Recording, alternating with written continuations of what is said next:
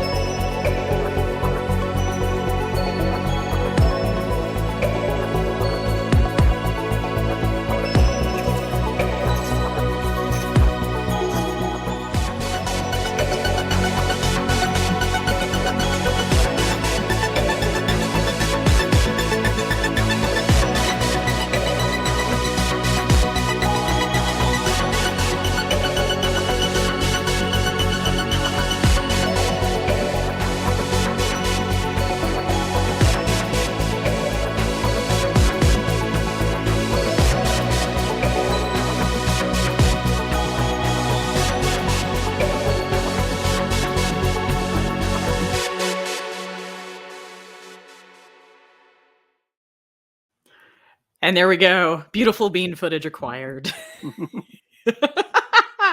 All right. So, Keith, you're the one who broke the news to us. So, why don't you lead off with the big announcement for today?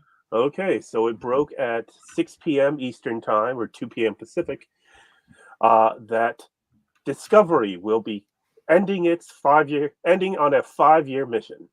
So the 5th season of Discovery, which was expected to launch sometime this year, has now been first pushed back to 2024. I think February of 2024. Yeah. And well, they said early, so we'll see. And second, that it will be the final season of Star Trek Discovery, the show that relaunched Star Trek on television, coming to end after a 5-year mission. I have to admit, I don't know how to feel about it. Yeah. Like, I really don't. It's a little poetic. It's more seasons than original series, animated series, and Enterprise got, but less episodes. True. Yeah. Because the longest season of Discovery was 14 episodes. This upcoming 5th season is only 10. Wow. So, I sort of feel like they're shortchanging us now. I'm like, wait a minute. 10 episodes to say goodbye to Saru? I don't know how to feel about that. Yes, absolutely. That's my problem. How can I say goodbye to Saru? I can't say goodbye to Saru. Oh man, Doug Jones has just taken that character and run with him. Absolutely. And it's just, and has done such a fantastic job. Actually, I mean, there's a lot of really great stuff. Really good stuff that we're saying goodbye to. Kind of sad about it. Me. Hi, William. Are you still Sans Power? Jason should be joining us any minute now too. So. Oh, good. So that was that. So that was the big announcement. Obviously, I certainly have to. I have to admit that I'm of mixed feelings. Like, on the one hand, like I said, I'm going to miss Saru, but on the other, there was a lot about Disco that just didn't quite land. There were definitely. I mean, each season had its issues, and some in the execution, some in the pacing, some in the conclusion. Some in the heavy-handed, like, story arc sequence, as, our good friend Eris has pointed out. It very easily could have ended in season 2, with them going into the future and us never seeing again. But then we get this season 3 and getting this view of the far future, getting say something different. But then, of course, even then we have the burn. And, yep. Yeah. And there's Jason. Morning, campers. So yeah, I mean, that's. I really felt like this season they finally figured out what they were doing. And by far of the conclusions, this had the best one. Yes. Yes. So Season I 1. don't get my microphone. Can you hear me okay? Or Yeah, we should I can. get- Yeah, we're good. Oh, okay. All right then. Sorry to cut you off, Mr. Keith. No problem. We're just discussing the demise of Discovery. Ooh, I hear the alliteration there. I hear that. I really want her to have a new hairstyle, but whatever. Yeah, I'm Another looking one? forward to. Is this season? So this is season 5, right? This will be season 5, starting in February of 2024. So this is the last one. Mm-hmm. Yep. That sucks. What happened to 7 seasons? I know. Not getting it. And there are so many reasons that you can guess at. I mean, if you read so far, all they're saying is it's sad, but it's coming to an end. They're only saying that it's happening. They're not giving any reasons behind it. Sonequa Martin Green's had a very long statement that they published on how she's sad to see the story end. Right. And nothing. I really wanted her to be on. For some reason, I really wanted her to be on the Top Gun movie. I was like, she would be perfect for on Maverick. I gotta say, Jason, like all the list of things I expected to hear tonight. I was not expecting a Top Gun reference, like at all. Martin Green would be great as a pilot on. I'm just saying, but Tom never asked me anything, so like most people.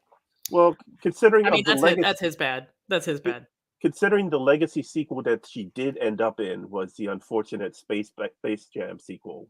Wait a minute. I'm sorry. I can't actually stick my fingers in my ears and go la la la la la because I have on headphones. I didn't see it. She was in Space I haven't either, but it exists, and she plays. Oh shoot, I'm blanking on his name. The basketball player, LeBron. Is it LeBron James? LeBron James. LeBron. God. I'm sorry. I was thinking LeVar Burton. LeBron James. No, it's okay. You can admit.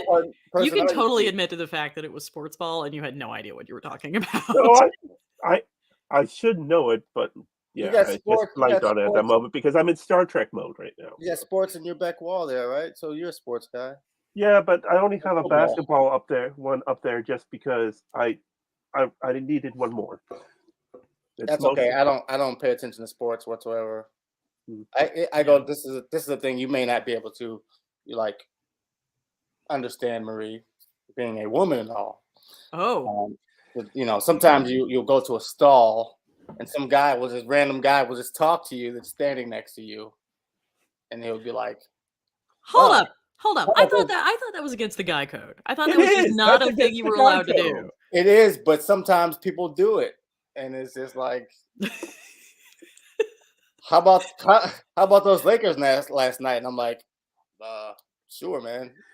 Just don't look. Well, yeah. I'm never tempted to look, but yeah. Well, no, but the joke again on the list of things I expected to hear and talk about tonight, the guy code. Well, the idea is you're not supposed to talk because it's a tendency to turn to face the person you're talking to, and that's not a time when you're turning. But what is guy code is there's 5 stalls and you're on the one on the end. Don't come stand next to me if there's even if there's 3 stalls, you don't take the one right next to you. Don't take the one right next to you. And every once in a while somebody will do it and you'll be like, what the fuck? What's going on? I'm gonna try to let Will bring us back to Star Trek and away from men's restrooms.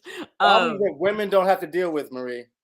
Problems that women don't. I mean, we have weird shit. We have our own weird shit, my friend. Believe me. Yeah. Oh, here's a guy. I was hoping they would go beyond their universe and explore more and evolve into what the Q saw humans become in the future. Yeah, but that's got to be more than 900 years. You're talking. Evolution takes hundreds of thousands to millions of years. Right. Right. And frankly, I don't want to know on that one. I got to say, I don't want to know because I like the idea that it's a constant process of improvement. I don't know what we're talking about. That's Will just say what he thought Discovery was going to. Oh, Discovery. Okay. Like there's been sort of floating in the back since TNG this idea that the Q are uncomfortable with humans because at some point they're going to turn into something that's either greater than the Q or worse than the Q or who knows. Or they are the Q and the Q just hates thinking that was what they once were. Right. It would take a billion years for us to turn into a Q. Not Well, I don't know. necessarily. If you watch Stargate, maybe a lot less. You just ascend into Lizards. Q-ness. He went to Threshold. Favorite. Yeah, I don't really want to. I don't want to know. I like the mystery. I really do. I like the mystery. Yeah. I like the idea that there are certain things out in the universe that we don't get to know. Yep. Don't need to know. We're good. We are good. Yeah. Well, did people say that before they discovered the Americas? We're good. We don't need to know. Some did, yes. I mean, yes, Sure they did. yes, some did, and I'm certainly convinced that the indigenous population of the Americas was like, looking back on it, was like, yeah, no, we were good. I'm Yeah. sure people that weren't. You can well, keep your the smallpox. The Westerners, well, the white people that weren't in power thought it was fine, but I think the ones in power thought that no, I think we need to skedaddle over that way.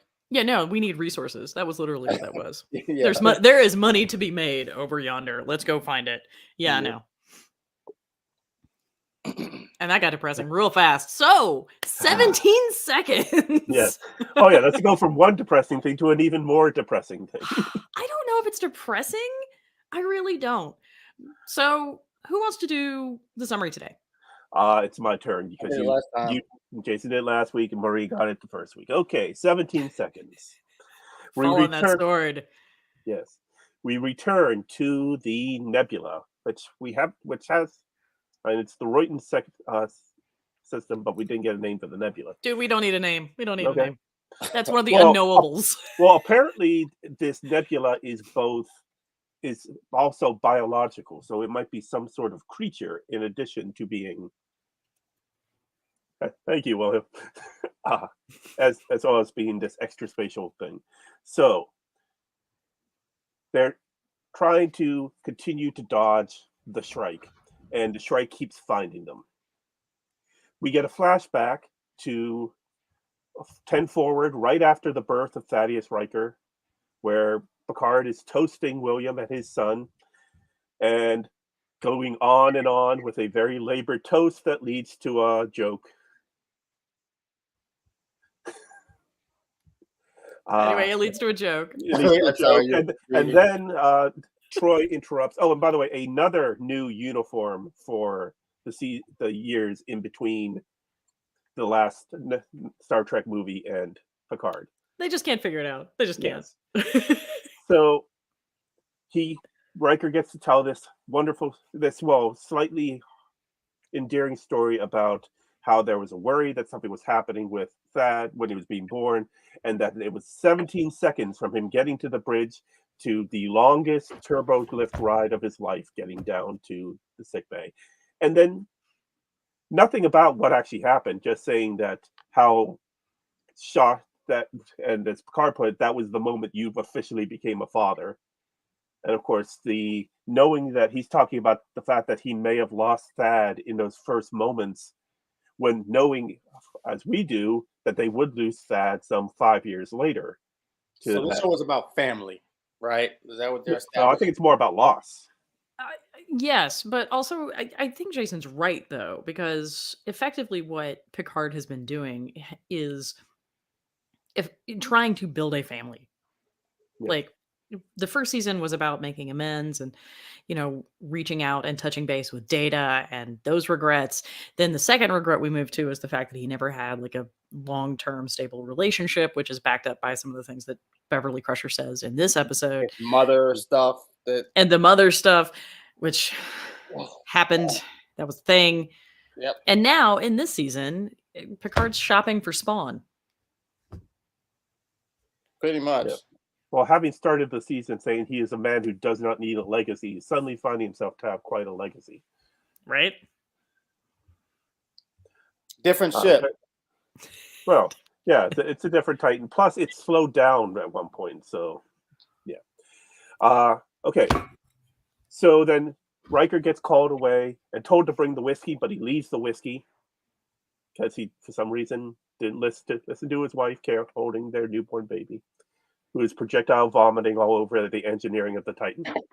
I gotta say that was the first really like relatable relatable element. I love that cup. I think I have that cup actually.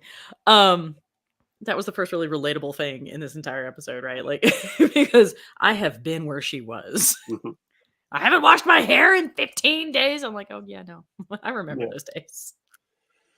And of course, Riker saying to Picard, "You still have the chance to become a father," and then leave, and he gets that look on his face, like, just like we saw in Generations, of feeling that we never got to have a family. And we have an interesting connection to his Nexus family that I'll get to further in the recap. Mm-hmm. So, go back, and now the Shrike keeps on finding them. Somehow it keeps finding them. The ship's getting attacked. Beverly and Jack are now helping in sickbay, even though they're not really cleared. And Dr. Oak tried to get Beverly to stop, and you cannot stop Beverly. I got a gripe with the keep finding them theme. It's like they found them once. No, it was several times. Yeah. Was it several times? I'm pretty Yes. sure. They found them once. They shot at them, and that was the only time they found them. No, it was at least 3 times. But okay, when Captain Regardless, Shaw got hurt, the point of even regardless of how many times they were found, it's a nebula that destroys your sensors. So finding them at all should not be possible. Yeah. was astronomically unlikely. Yes. And we saw on the bridge of the Shrike, the creatures saying right where we expected them to be, which of course they don't know that they said that, but that's the major cue to us that they know something we didn't know. but they said it like this. Okay. That's how they talk. It is. Yeah. It is. And apparently Vatic speaks click. Yes. All right. So Vatic, the Shrike finds them. This is no bueno. And what happens? Okay, so they come on them again. They fire on the ship. Something on the bridge explodes. Captain Shaw is thrown to the floor, and we get an actual real injury, not just like the bumps and bruises we saw on past seasons. Yeah, I know. I think we saw bone. Yeah, we had a broken leg, a shattered jaw. He's bleeding, and knowing that he can't continue, he said, "Well, you got us into this mess," and puts Riker in charge. He gets down to sick bay. Once there, he has internal bleeding, and they do not. The Dr. Oak doesn't notice it, but Beverly does. So Beverly comes to save Shaw, and while saving him, Jack talks to him, and Shaw's like, "How does she keep finding him? Doesn't make any sense." And Jack, seeing the trail of blood on the floor, suddenly thinks of, "Oh, blood in the water." Mild trigger warning, folks. Mild trigger warning. Yeah. Epiphany. Yes. I gotta say, I think this is the first time we've actually seen puddles of blood. Yes. Well, On a since starship. the Klingons in Star Trek 6. Right, Yeah, but since that was like bright pink and didn't really look like anything. Well, they made Klingon blood pink because they weren't Yeah. allowed to use anything that looked like human blood. Yeah. Yeah. I mean, we certainly got a little bit of the discharge after Sneed died, but yeah. First thing I would have done as captain if I was Riker was change the lighting. Let it go about the lighting. Okay? Oh my god, we've been complaining about that for ages. And it's true. We should be complaining about that because I don't know how anybody sees anything in like that would drive me crazy. But Jack figures out the Shrike is somehow following something. Yeah. So he goes first. He tries to go to the bridge. They won't let him because red alert. So he goes to find Seven. Now, first, one nice moment was you had Shaw noticing that his crew is tired, have been working for 36 hours straight, so he sends them to go get some sleep, which seems to only have been about 2 hours. About 20 minutes. Yeah. But right. Ensign LaForge goes to see Commander Seven, as she properly addresses her, and of course has to remind her that she is the daughter of the great, all-powerful my god, Geordi legendary. Oh my god! The one and only. I'm just like, the king of kings, the most grand. How many times could you squeeze that in, lady? Well, I mean that settles the argument. LaForge is better than O'Brien. So who are we going to see next? So. Who's going to appear next? Yeah, he's coming. It's Geordi LaForge. I guarantee. They got to get out of the nebula first, but yeah. Yeah, no, but like the biological whatever is going to save them because it's going to be a Deus Ex like Yeah. Critterma situation. Yeah. Right. It's gonna be Tin Man's gonna be in there Ooh, that'd be fun. All right. tinning around. Yeah, this whole story is also like very legendary based. Everybody's a legend. You're right. Worf's a legend. Picard's a legend. Riker's a legend. LaForge is a legend. You know, And we did have the moment where Picard finally got to talk to Beverly mhm. and go to sick bay, and Jack is sent out in the hall with Will. This was, of course, before Will got put in charge as captain. Sorry about that. I skipped over it. But Will has this just playful conversation with Jack, saying, you can call me captain, and trying to talk up Picard when Will and Jack is just not having it. While Beverly is just running Jean-Luc Picard through the ringer of all the reasons he could not be a father. Like, we were on vacation together on this planet, and then you were called away because something with the Romulans, and then you were going to do this, but no, you had to go talk to the Praetor, and then you were kidnapped by these people. Then this torpedo went off 5 feet away from you, and He still should have had the choice to be a bad father. We're yeah, going to get there. We are going to get there because I I, think we need to devote at least 5 minutes to talking about that oh conversation. yes, absolutely. He's very So, upset that he was not given the choice to be a so, parent. however, but we do need to wrap up what goes on with the Shrike and the Titan and then Yes, move on to Worf and Raffi. yeah. Okay, so now Jack goes to Seven. They figure out that there is a substance that is being used to coat the warp coils that is being leaked. They go and Deuterium. find it. It's been Deuterium sabotaged. gas. Yeah, it's been sabotaged. Seven leaves the room to go fix it, and meanwhile, Jack is left to monitor. And in comes the yellow-wearing In comes the officer, Saboteur. that the saboteur that we have now seen several times in just odd little moments. At the beginning of the Mm-hmm. episode, he was watching out the window when the sensors went down.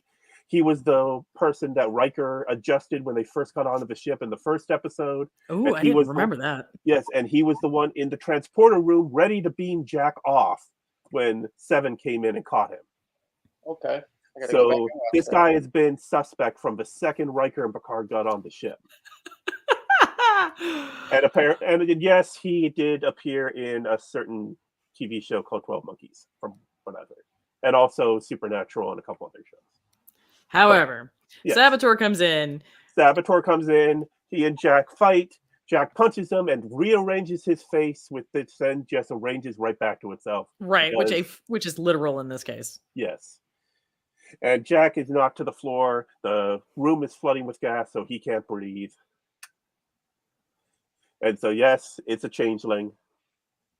Seven saves him, brings him. Seven saves him, but Mhm. he's almost dying. They get him to sick bay, and then Picard has And his 17th plus they said, second your to get friend is out. 24 seconds according to Will. Your friend is only mostly dead. Yeah. I know. And then, I know. and then there's that awkward moment of they get the bellows. well, I'm sorry. it's just this awkward moment of Yeah. him laying there, and you have Picard and Beverly awkwardly standing over top of him, like, and Picard has no idea what to say, and just yeah. I mean, So Picard was developing a real allergy to feelings at that point. So Jack is saved. Picard heads back to the bridge, at which he tells Will, "We can't keep hiding." And then, of course, Jack lets him know there's a saboteur on the ship. And just as they finally look like they're going to get out, uh, the portal weapon is attached to the prongs at the front of the Shrike, and it sends Portal them. gun, take 2. Yes. And what it does is, instead of them going out of the nebula, they come right back in, going right back in front of the Shrike. And so then they try to hide again, and at which point the saboteur blows up a conduit, causing them to lose their warp energy. So guess what? No warp.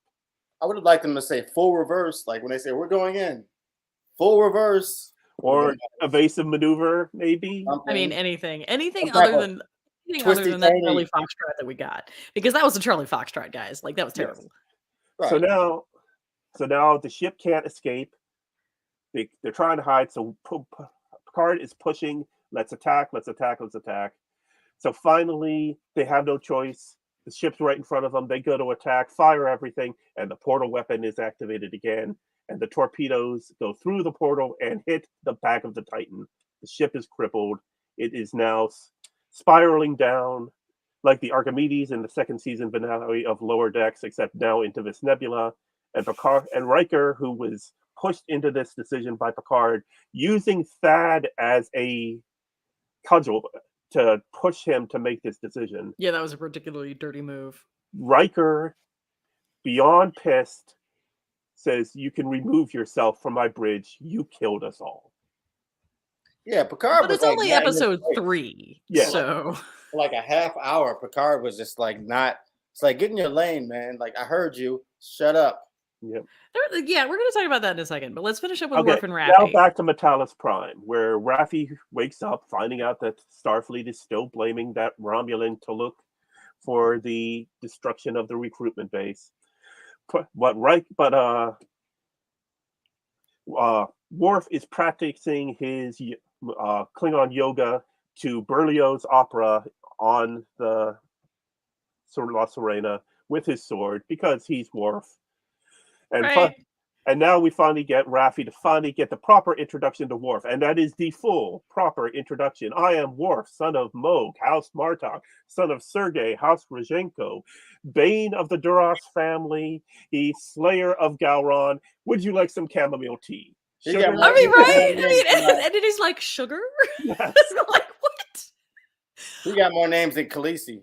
Mhm. Seriously, like I mean, I think they're really leaning into funny Worf here, and Mhm. and they kind of use that whole sequence actually as a bit of comic relief to break up what's going on the Titan, and I think to great effect. And also, it's kind of fun to watch Michael Dorn get to flex his comedic timing, Yes.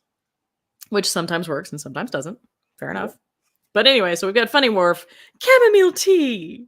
Right. Yes. So then we get this whole thing of Raffi being indignant, Worf saying, "You're right, but you're wrong." Wait, first Worf has been her handler all this time. Yep.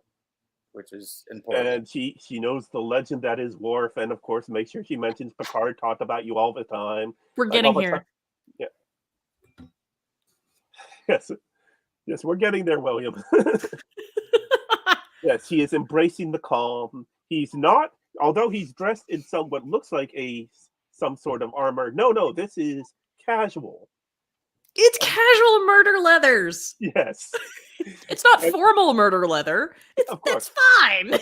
And as Raffi says, for beheadings on Tuesdays, in which Worf responds, beheadings are on Wednesdays.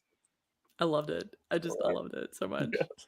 But we're also getting a very different Worf, because one of I think the best lines that Will actually references is, Raffi's kind of like, you seem a little more chill than I expected. Which, to be fair, he seemed a little more chill than we all expected. Yes. Right. So Worf is just like, I've been working on myself. Oh, as the humans say, I have been working on myself. Yes. Oh God. So also, I really love that he mentions the House of Rozhenko, by the way. Yes. Mm-hmm. So he then gives out that he knows a bit more information. He knows who the seller was, and that was this human. I'm sorry, blanking on his name. It doesn't matter. It doesn't matter. It doesn't matter. So they go back onto the surface to track him down. Raffi's sneaking around with her hood on, and he's like, that's not fooling anyone." And she's like, "Well, you're in the murder armor." Like, come on, man. Like, you're a 7-foot tall Klingon. Like, what? But they chase him down and bring him back to the ship, and he is totally freaking out. She thinks he's going to withdraw. And by the way, this is actor Thomas Dekker, best known for the Sarah Connor Chronicles and the first season of Heroes. Also, though, one of his first acting roles was as one of the children in Captain Janeway's holonovel in the early seasons of Voyager, and one of Picard's sons in his Nexus fantasy family in Star Trek Generations. I As was just gonna say William, that guy looked like he was up to no good. Like there was no way this guy was gonna be up to any good. yeah, well, he was dirty, and I really wish people that are Derek Connick dirty died. are obviously up to no good in Star So Trek. anyway, he's got the shakes in a major way. And Raffi thinks he's withdrawal. She's waving drugs in his face, and then though he starts to shout, he's lying to them, trying to give them false information, but his voice starts doing this weird thing, and Worf immediately figures out who he is, or What more he specifically, is. what he is, Yes. and asking him about the Great Link. And he references a man of true honor, and that would be our dear departed Odo.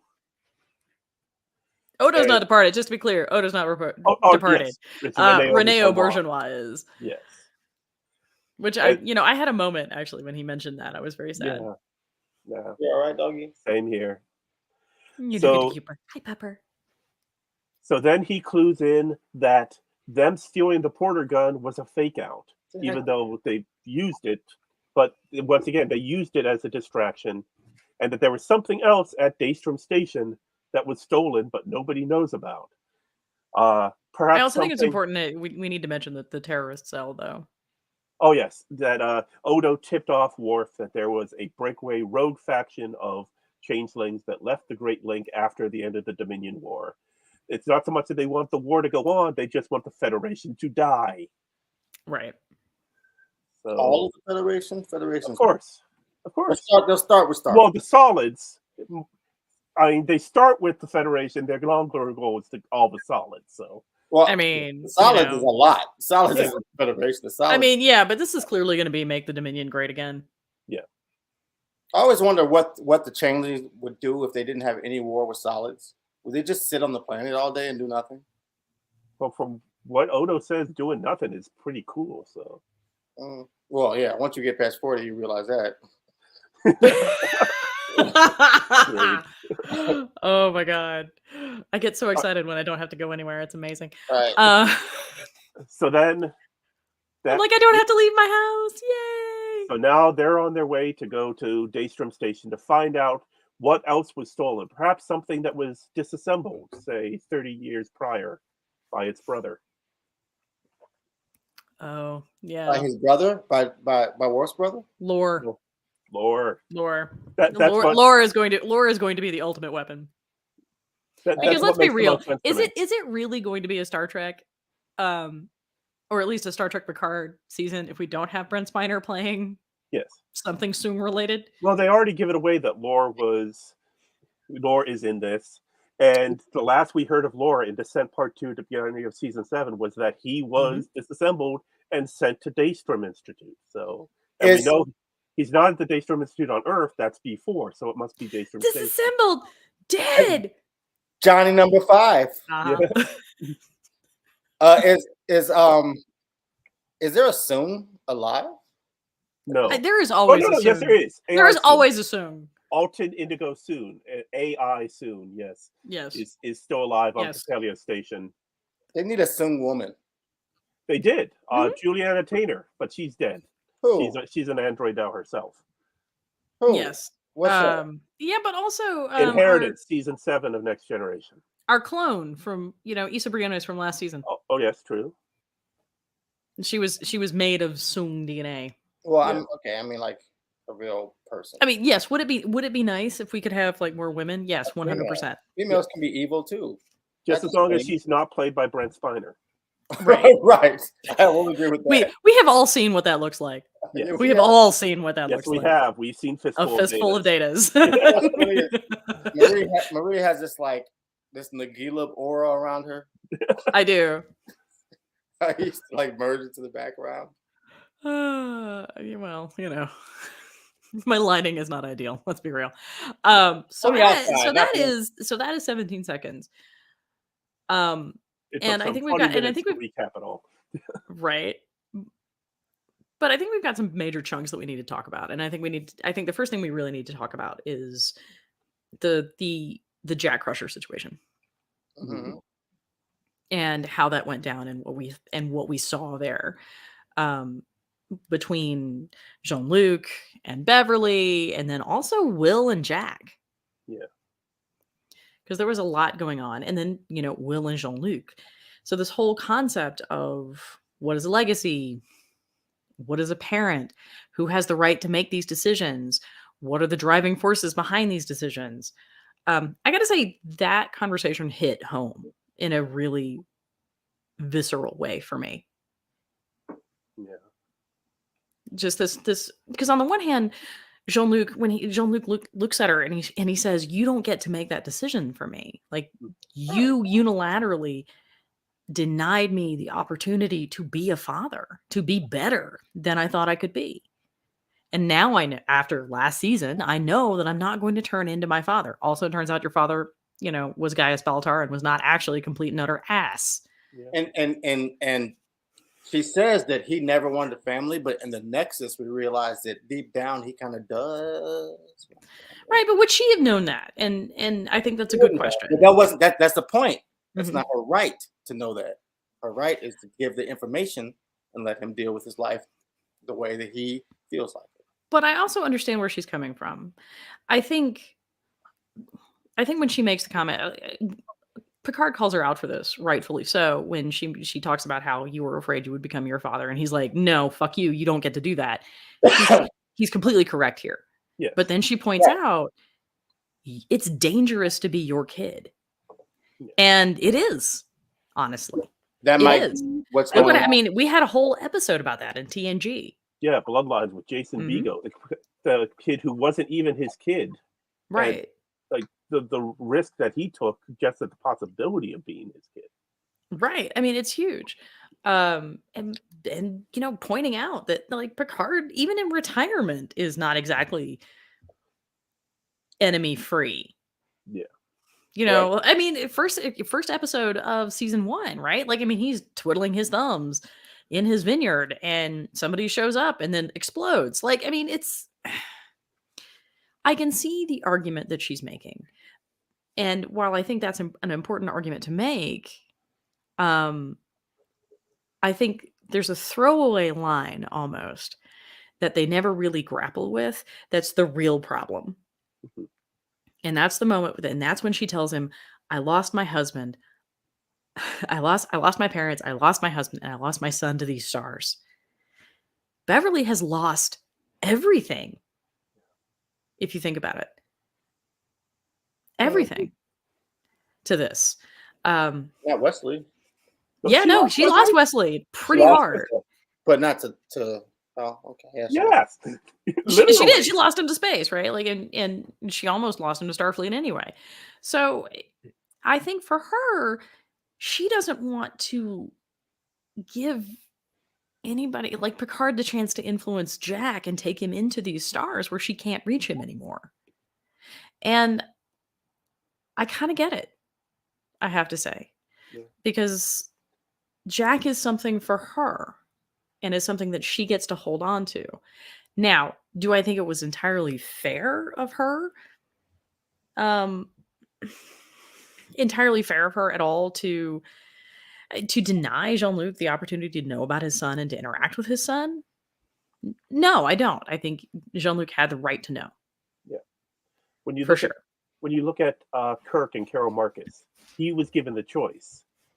And the ideal situation was that he stay out of it, but at least he knew he had a son out there somewhere, even though he had never met him.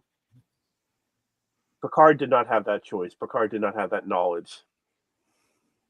Why do you think that the writers are always having these people sonless, childless?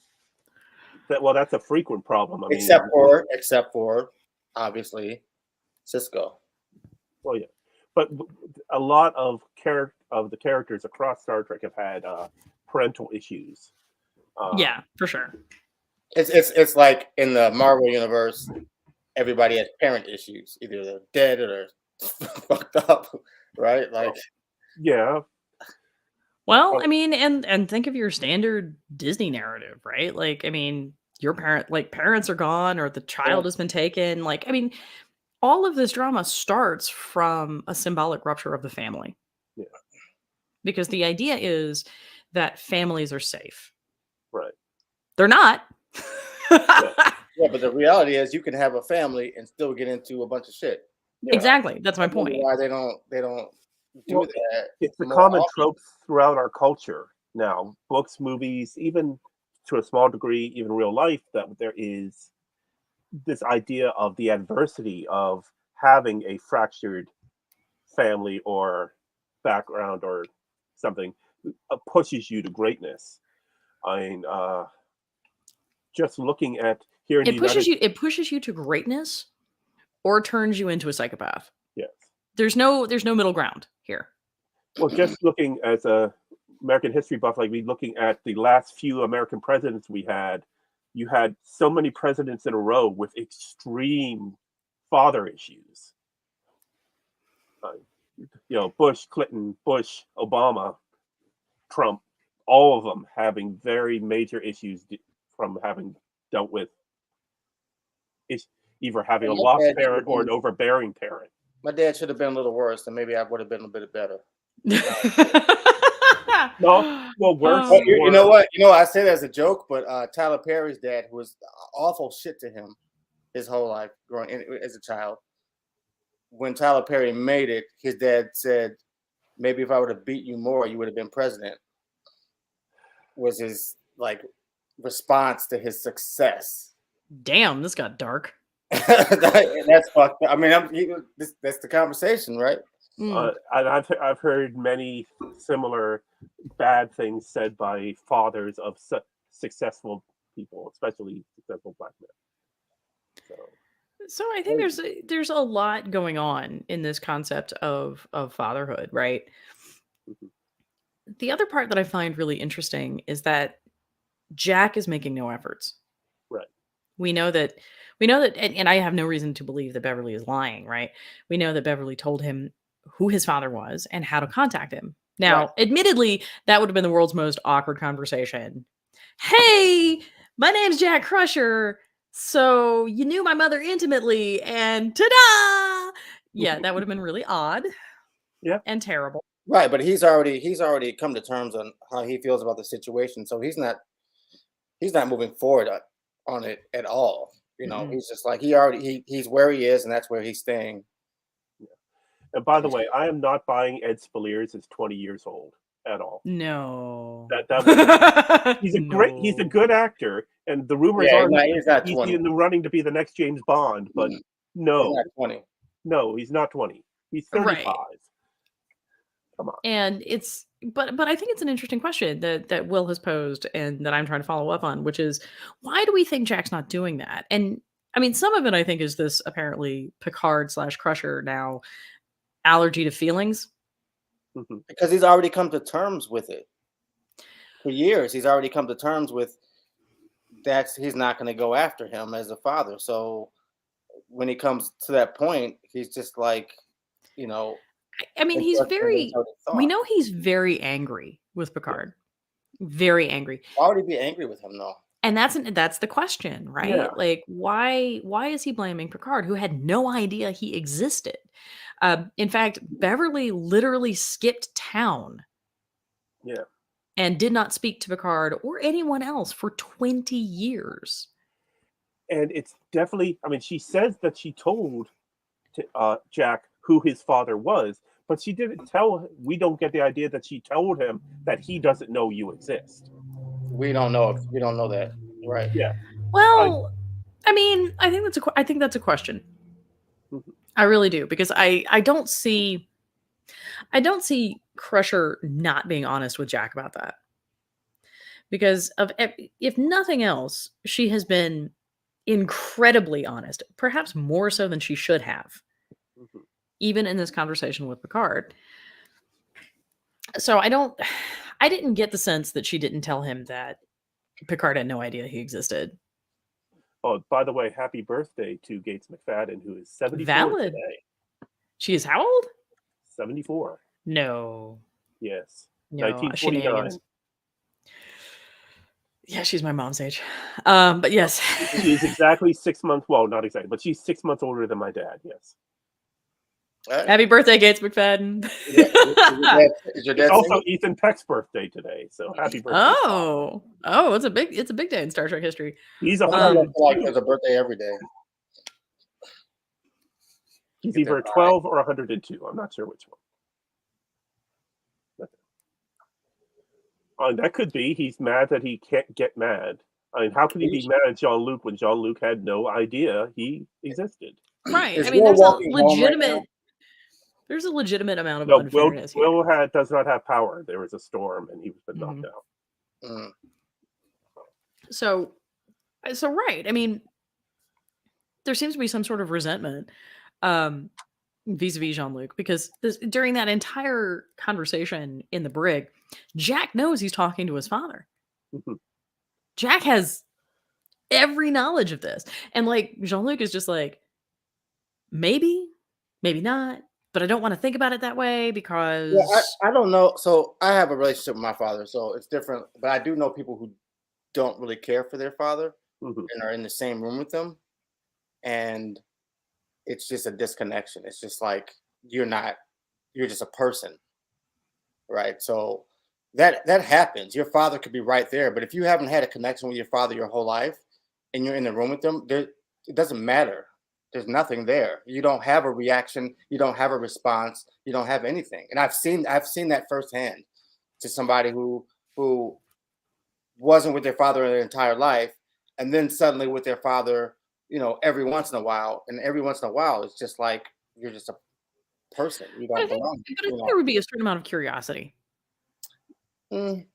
I mean, I would, for example, No. I would want to know, like, Yes, you would, but I'm telling you from experience that those people sometimes don't care. It's at some point, if they reach the point to where they don't care, then they just don't care.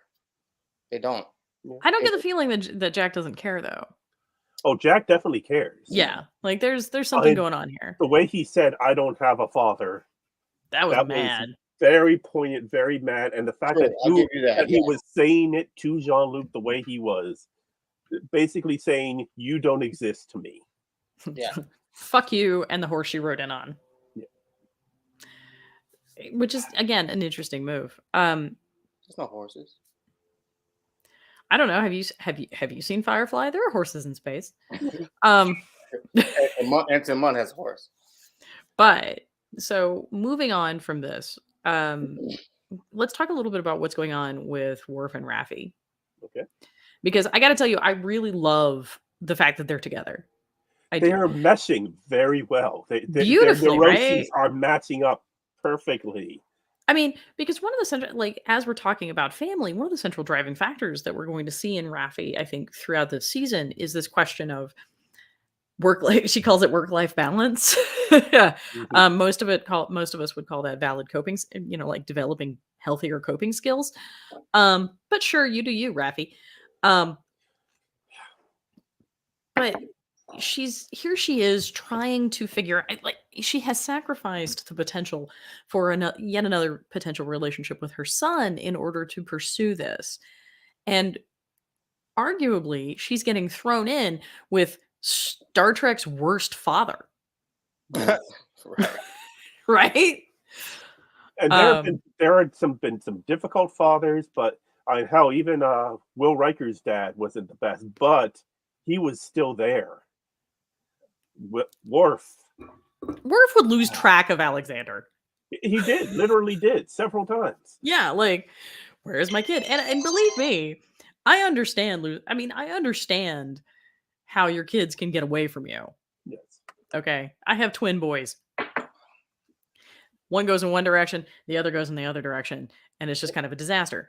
But that wasn't what was happening with Worf, right? Like, I mean, Worf was over here doing his Klingon thing and his Star Trek thing or his Starfleet thing, and he had Alexander over here just kind of shipped off to his parents at I first. always thought it was really weird how they did do that relationship with Worf and Alexander, because it's not like Klingons don't have children, right?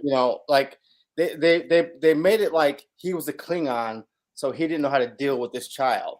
But it's like, well, that's him hiding behind his honor. Yeah, because Klingons are so family driven. Mm-hmm. Yeah. I mean, Seriously. literally everything is defined in terms of your patronymic, right? Right. Just Worf, look at son of Moog, House of Martok. Like, the first four things he cited after his name is his lineage, his patronage. yes, Mm-hmm. yes. His House real of father, Ruzhenko. his real father, his adopted Klingon house, his adopted father, his adopted human house. First And of all, then you Rojinko get can't be a the house. huh? Rojinko can't be a house. Okay. Yeah, I mean, I invite you to take Your that up with house, Worf. your house has to be recognized by the Klingons. I invite you to take that up with Worf. Nah. Yeah, you have to And talk to I him gotta tell you, directly, Michael and- Dorn's huge. Mhm. I'll kick him in the knees. He'll still be huge.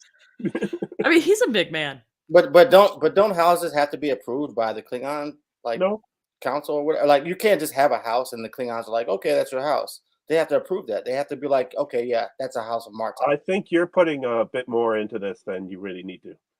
I mean, it's a house is a family, and anyone can have a family. I mean, it could kind of be like a mafia thing, but Yeah, but your house has to have honor because if there's no honor in your house, they will cut your house off. I gotta and tell no you, longer like the have a Roshenkos home. took in not only Worf but also Alexander. There is a lot of honor there, yes, they are very honorable people. and they tried to do their best by I just both by want Worf Worf of and all by places. Alexander. I want Worf to sing the song that they sang when they had the captives with the Romulans. Who knows? I don't know this song. I know the melody, but I don't know the song. But yeah, it's such an interesting pairing because so Raffi is so over the top and almost manic in everything she does, and Michelle Hurd does such a great job with that. Yeah, And she's so fragile, so fragile at every point. Um, and Worf it is very much being played as a straight man again, yes. but a straight man that has competence, which is the first time we've really seen that for Worf.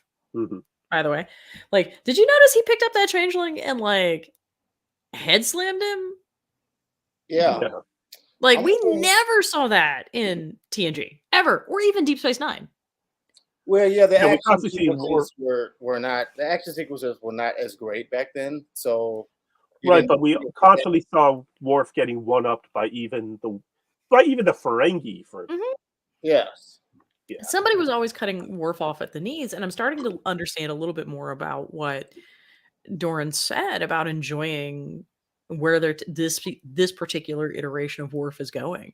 Yeah.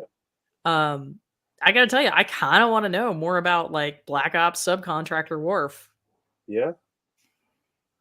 Do we have? I mean, could it Like be you're that looking- his storyline going forward is either Section 31 or just, as he said in the interview with SFX magazine, John Wick of Starfleet? Oh my god, can we have a brief conversation about how amazing it would be to see like subcontractor Worf with like Emperor Giorgio? Like, yes, I know they're in the complete wrong time frames. Not necessarily. They did say that Bashir will be in the Section 31 show, so First it could of all, be that we don't know where she is technically. he Right? was sent back closer in time, so it could be she could be sent to the early 25th century. She could be sent anywhere, anytime, and everything, or whatever. So, I mean, I gotta like, I would love to see that dynamic, and it Yeah. would be like an absolute utter shit show, just utter shit show. Could it be that we end up with the 31 show where the head of Section 31 is Julian Bashir, and then the top people are Worf and Giorgio? That would be incredible. It would, but I don't see Bashir doing that, making that You move. see a romantic thing happening between Worf and Raffi? No, No, I don't see that happening at all.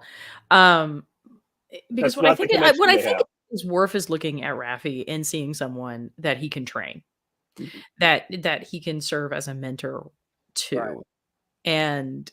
but he makes it very, very clear that he sees Raffi as an equal, and that's kind of a big move for Worf. And from what we've seen of him with women, he's not treating Raffi like a woman, like the way he treated Troy or Claire or No, we're not. any First of all, woman really. Worf has had more screen time than any other character on Star Trek. Correct. Yeah. Mhm. So we've seen him go through more things, like emotionally, than anybody else, technically. Right, and Yeah. we also had the opportunity to see Jadzia put him in his place, Yep. Yes. which I think was wonderful, Yes. frankly. And he seems to be internalizing some of all of that. And maybe that's going into his process of working on himself. Mhm.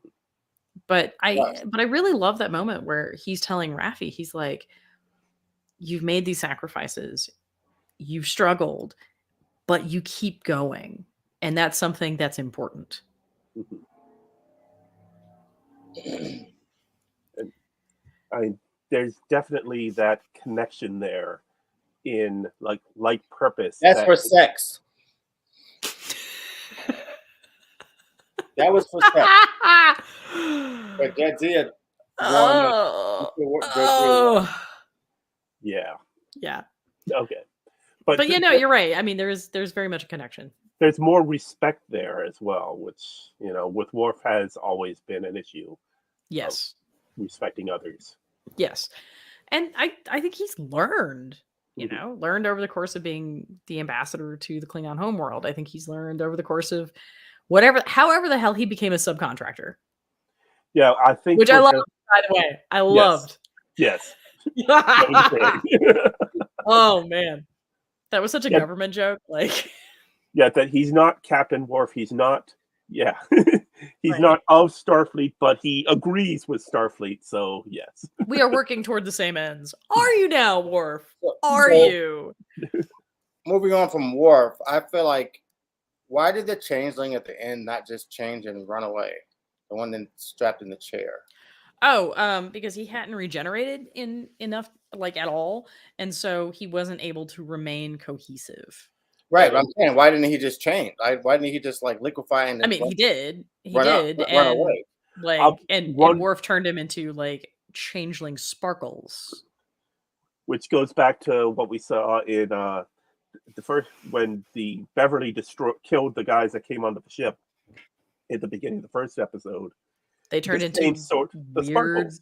yeah, weird ash, Yeah. and I think that's kind of what we're seeing. I just feel like while he was being interrogated, he could have just, instead of going through like the suffering he was going through, he could have just like changed shape and. I'm wondering if the cuffs maybe had something to him that was forcing him to keep his shape. Well, I mean, I think he was trying really hard not to let Reveal them know himself. he was a changeling, because the Oh, Yeah, he problem, didn't. I yeah. mean, the He problem didn't want to is, reveal himself. I know that. like, as soon as you know who your enemy is, Mhm. they lose a certain tactical advantage. Yeah. I must That's how say I that. read that. Yeah, I get that too, and I must say the effects did a fantastic job of updating the changeling effect from Also, Right. I mean, that also, was so far away from like watching Odo decompose right, in that episode with Waxana Troy. right. so was that just a coincidence that like, so he's a saboteur on the ship. So this ship was not even supposed to be there, right? So this saboteur is he? Oh, In, on the one guy, the guy that was on the Titan already. yeah. So is this saboteur That's a good question. in Yeah. cahoots with the Shrike? Absolutely. Oh yes, Or- definitely. Yes. So if he's in cahoots with the Shrike, then it just happens to be that they were there because that ship was not supposed to go there. I don't think so, because there's a line where Beverly Crusher says, that ship is a warship, and that's the kind of warship that Jean-Luc enemies would have. Right. So I think the issue is they started they were looking for targets, and they start harassing Beverly and Jack, right? Mhm. As a way to tap Picard. Right, but that doesn't And it's not a big jump, knowing, because I mean they've had enough time to do this, to think And about it. remember, It's there not a was a big guy jump. watching them at 10 Forward when Yeah. they first met up in the first episode when Right. Picard and Riker. It is. So it they is a know big jump. It is a big Riker jump. is there. Because when you get put aboard a ship, it takes time to get put on a ship. No, not unless you just kill somebody and take their place. Right.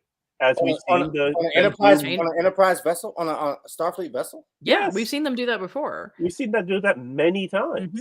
Like that was a whole arc in Deep Space Nine. You remember They did that? with Bashir.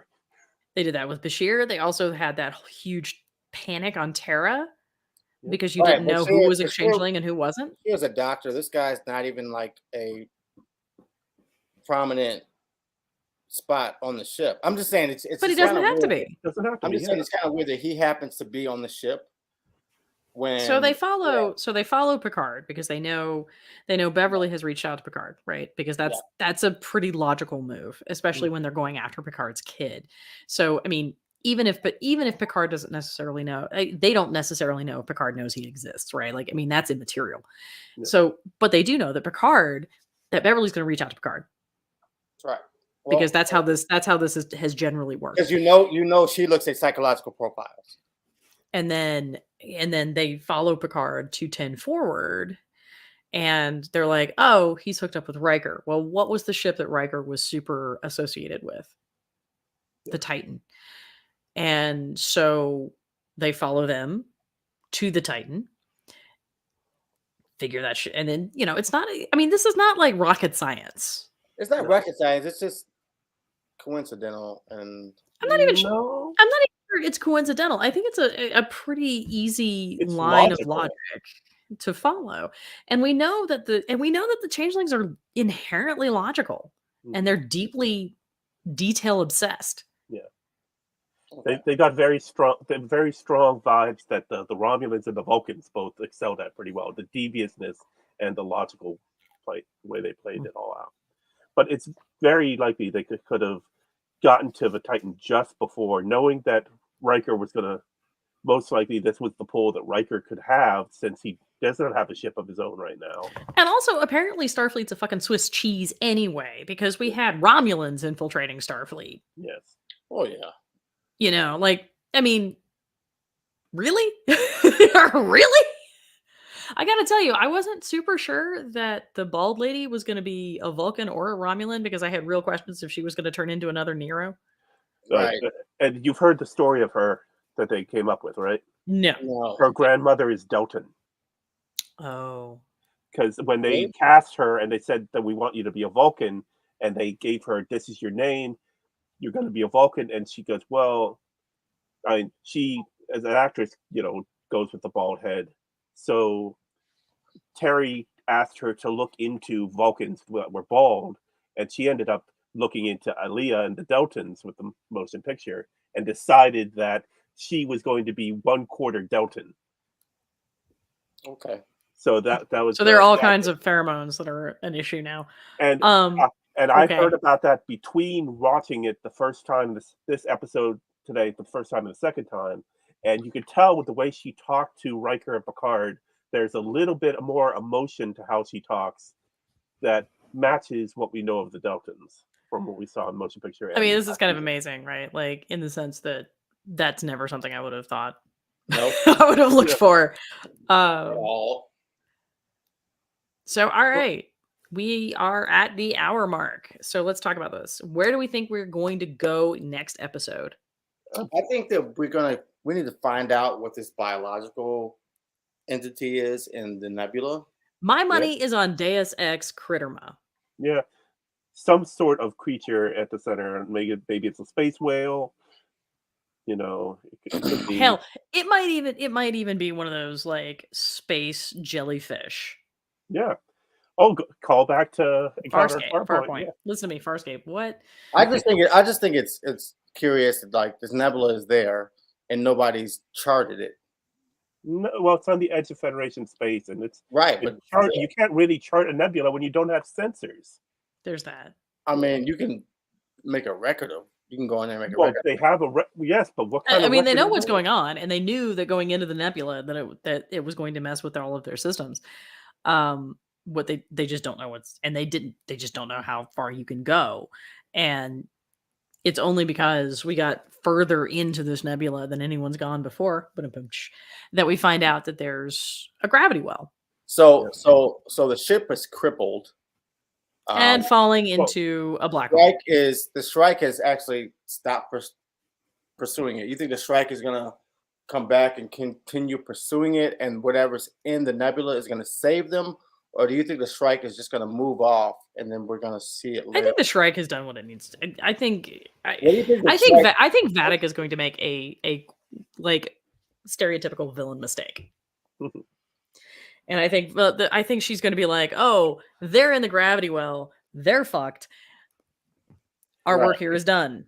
No need to look at what's What? gonna happen. You're gonna Batman. put him in an easily escapable trap, and I'm gonna just assume it all goes to plan.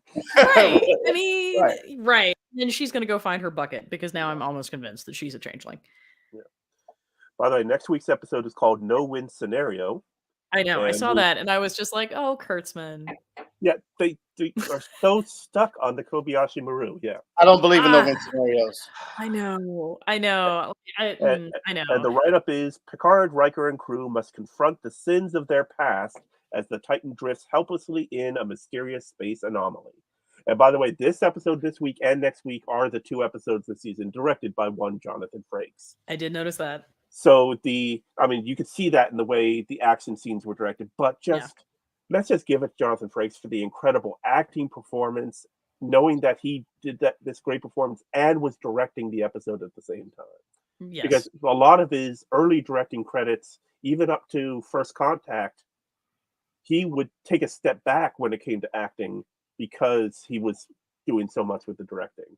But this episode, this episode he is front and center with all of it. And I got to say, like, I loved his rage with Jean-Luc. I loved his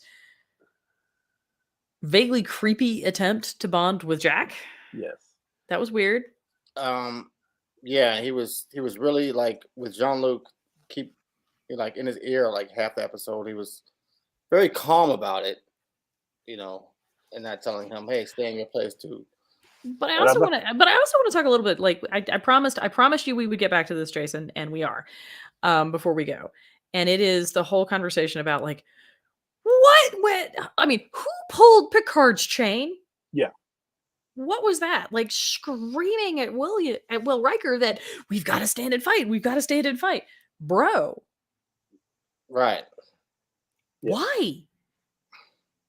Yeah. I mean, we hate on Shaw, okay? Like, and we should. There are a lot of reasons to hate on Shaw, but essentially, he and Will Riker are right. Yep. They're outgunned. Yeah, get out of there. And even when the portal gun deployed, which I want to know if somebody's paying royalties to the video game people. Like, I want to know. I'll get the portal gun. Yeah. Yeah, I know. It's a portal gun, right? Like, I pulled that same stunt in the game. I shot people in the back using the goddamn portal gun. I haven't played that. Is that the Star Trek game? No. It's a game literally called Portal. Oh. Like, if you've ever had anybody like talk to you about cake, that's from Portal. Because the cake is, if you've ever heard the cake is alive, that's from Portal. Fun? Is that game fun? Portal? Yes. I don't know that it would be fun now, but like when Portal came out, it was. Is it VR? It's VR, right? Or no? No. We should do this on VR. You guys got VR? No. There goes that. Portal. I mean, Portal legitimately did something that it just revolutionized a lot of how gameplay worked. Yeah. And we can actually sort of see the seeds of what they did. Like Super Mario Brothers is still fun. So if it's a fun game, it's still fun. Yeah, but even going back and playing Super Mario Brothers, and I have a number of Super Mario Brothers games floating around on emulator. We're not going to talk about how many. We're just not. Speaking of games, I have to bring up one small thing. I have been a devoted player of Star Trek Timelines for 7 years, and that game is going through some dire straits, and we're worried that it might not make it to its next year.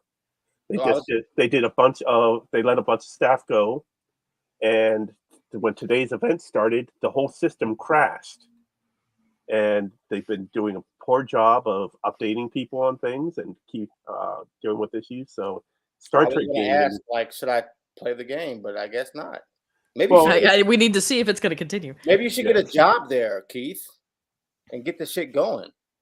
I've got a job. And in fact, I'm interviewing for another job next week. So, Well, fingers crossed, man. Fingers crossed. So Deus Ex Machina. I'm playing The Last of Us right now. Oh, are you playing 1 or 2? I'm playing 2 at the moment. I played 1 already before the game came out. 2 is the show came out. 2 is all right. Yeah. I think it very much suffers a little bit from the same sort of sophomore issue that we see with a lot of media. I mean, I'm into it, but you don't have the whole thing with the first one was the play between this man and this little girl. Right. Between Joel and Ellie. And their relationship. So you lose that, but you gain other things, I guess. Yeah, I mean, you've got that whole oh gosh, I can't even remember her name. Like, and you play her forever. Abby. Yes, Abby. She's the one. Yeah. Oh my god. Oh, fire. Oh my god. What's going on? Oh, okay. Wait, that was your house. Red alert. That was your house. That's Marie's. Okay. Make sure you like and subscribe. Leave your comments below and let us know what you think about this week's episode of Picard, Season 3, Episode 3, 17 Seconds. We'll be back next week to be reviewing and discussing no-win situation, a no-win scenario, and any other major Star Trek news that may break. I mean, we're expecting any day now to get an announcement of when Strange New Worlds Season 2 is coming and a possibility of Strange New Worlds Season 3. It was hinted that Season 3 is going to start production in May. And considering it hasn't even been announced yet, that will be news. It was just announced. No, it hasn't been officially announced yet about Strange New Worlds Season 3. If Keith announces it, it's fucking official. I wish, but no. Okay. So, check back with us. Like us on here on YouTube. Check us out, Trekkers Delight on Facebook. And, yeah. Roll that beautiful bean footage.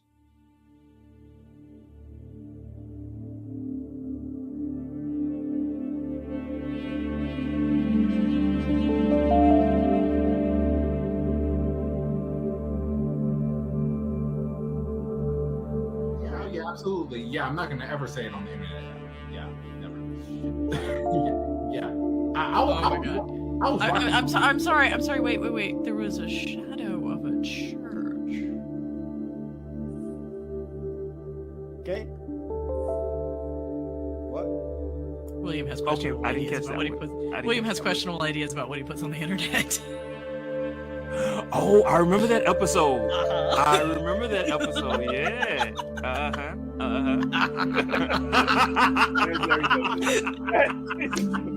Wait. What? Wait.